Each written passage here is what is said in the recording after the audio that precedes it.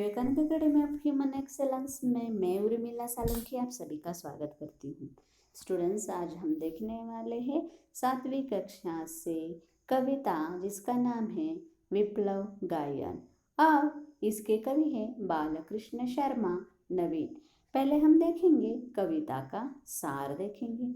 कवि देश के नवयुवकों को आह्वान करता है कि अब वीणा के तारों में मधुर संगीत की बजाय क्रांति और संघर्ष के गीत गूंजे। भले ही उंगलियां ऐंठ कर घायल हो जाए, कवि विनाश का आह्वान करते हुए हुंकार भरता है कि अब महानाश की लहरें इधर उधर से आकर देश में विनाश लीला करे। तो यह है कविता का सार। अब हम देखेंगे कविता की पंक्तियों का अर्थ।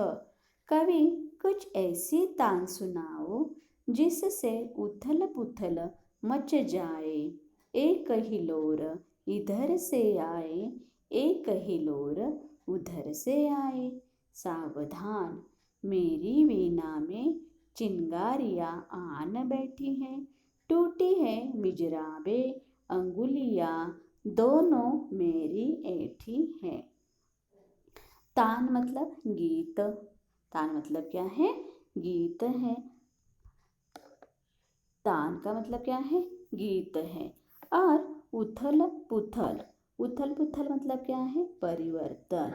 उथल पुथल मतलब क्या है? परिवर्तन। हिलोर, हिलोर यानी लहर। हिलोर यानी क्या है? लहर। यहाँ पर हिलोर, हिलोर यानी क्या है? लहर है। वीणा मतलब क्या है? सितारा। वीणा क्या है? सितार बजाते हैं वीणा, उसको कहते हैं सितार। मिजराबे, मिजराबे यानी वीणा बजाते समय उंगलियों में पहनते हैं, उसको क्या कहते हैं? मिजराबे। मिजराबे वीणा बजाते समय उंगलियों में पहनते हैं। ऐठी, ऐठी मतलब क्या? अकड़ गई है। ऐठी मतलब क्या? अकड़ गई है। अब हमने देखा शब्दों का इन अर्थ, शब्दार्थ देखा। अब हम देखेंगे पंक्तियों का अर्थ। कवि नवयुवकों से आह्वान करता है कि कुछ ऐसा करना चाहिए ताकि बदलाव निश्चित हो। जिस प्रकार जल की लहरें जल में कभी ठहराव नहीं आने देती, उसी प्रकार तुम्हें भी अपने कार्यों से पुराने रीति रिवाजों व गलत रूढ़ियों को त्याग कर नवनिर्माण की नींव यानी बेस, नींव रखनी है।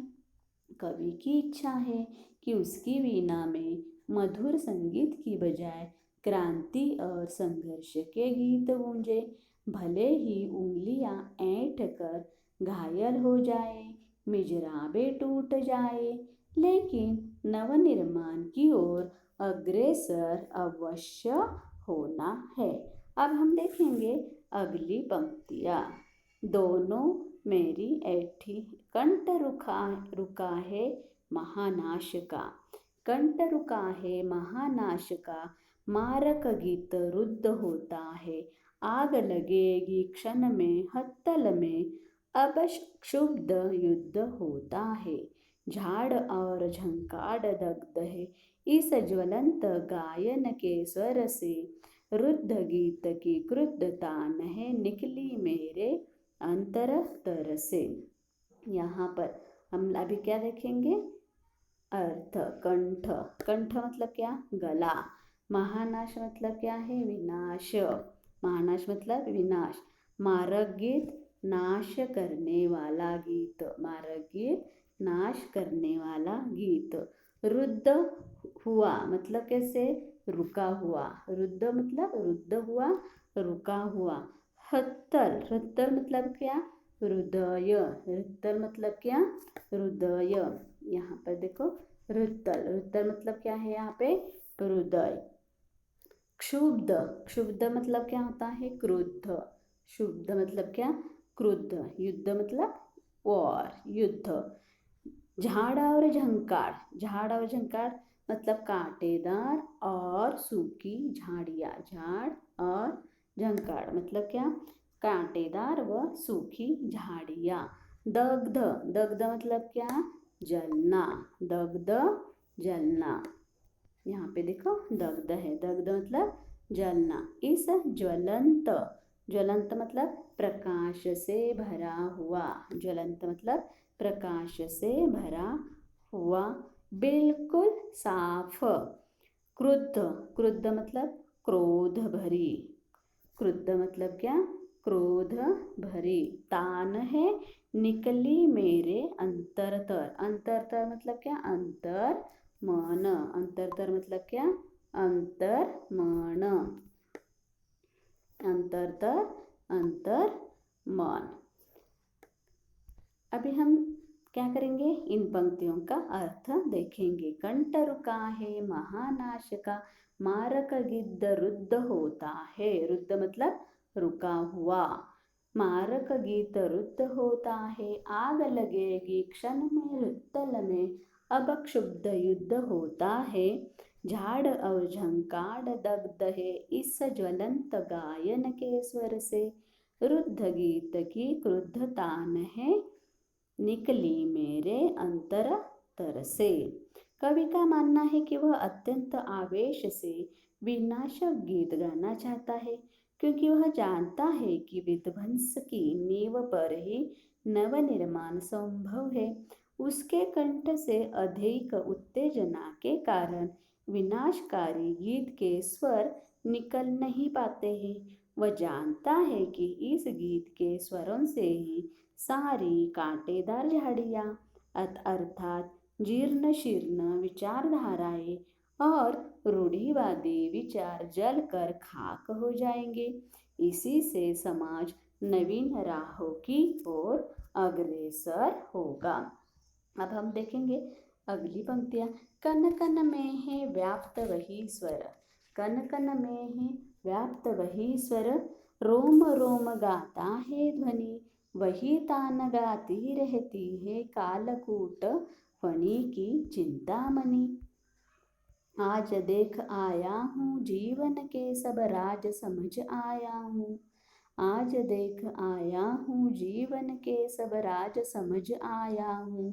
भ्रुविलास में महानाश के पोषक सूत्र परख आया हूँ, पोषक सूत्र परख आया हूँ। कन कन में है व्याप्त, व्याप्त मतलब फैला हुआ, व्याप्त मतलब क्या, फैला हुआ, व्याप्त फैला हुआ।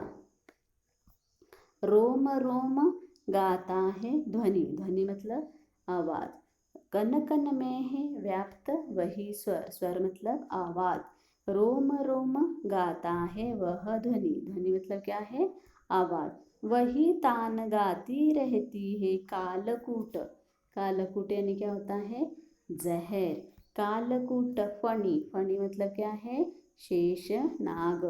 चिंतामणि सांप को मणि की चिंता, चिंतामणि यानी सांप को मणि की चिंता। अब हम देखेंगे नीचे की पंक्तियों का शब्दार्थ।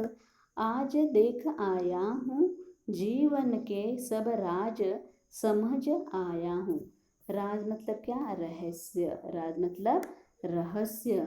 भ्रुविलास के महानाश के, भ्रुविलास मतलब भ्रुकुटी के इशारे, भ्रुविलास में महानाश के पोषक सूत्र, पोषक सूत्र मतलब शक्ति देने वाले तत्व, पोषक सूत्र शक्ति देने वाले तत्व, पोषक सूत्र परख आया हूँ।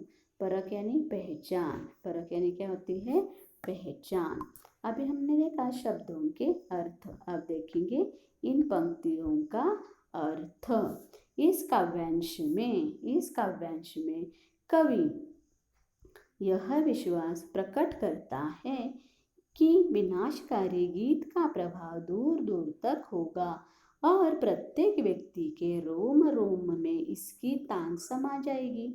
जिस प्रकार शेषनाग अपनी मणि की चिंता करता है, उसी प्रकार यह गीत हर हृदय में गूंजेगा, अर्थात प्रत्येक मनुष्य नवनिर्माण हेतु चिंतन करेगा। कवि समाज को बदलने वाली परिस्थितियों की भली भांति जानकारी प्राप्त कर चुका है और भविष्यवाणी करता है कि आँख की भ्रुकुटी के इशारे से ही महानाश जाग उठेगा। उसके बाद देश का नवनिर्माण संभव होगा, क्योंकि पुराने गले सड़े खंडहरों को समाप्त करके ही भव्य भवनों का निर्माण किया जा सकता है।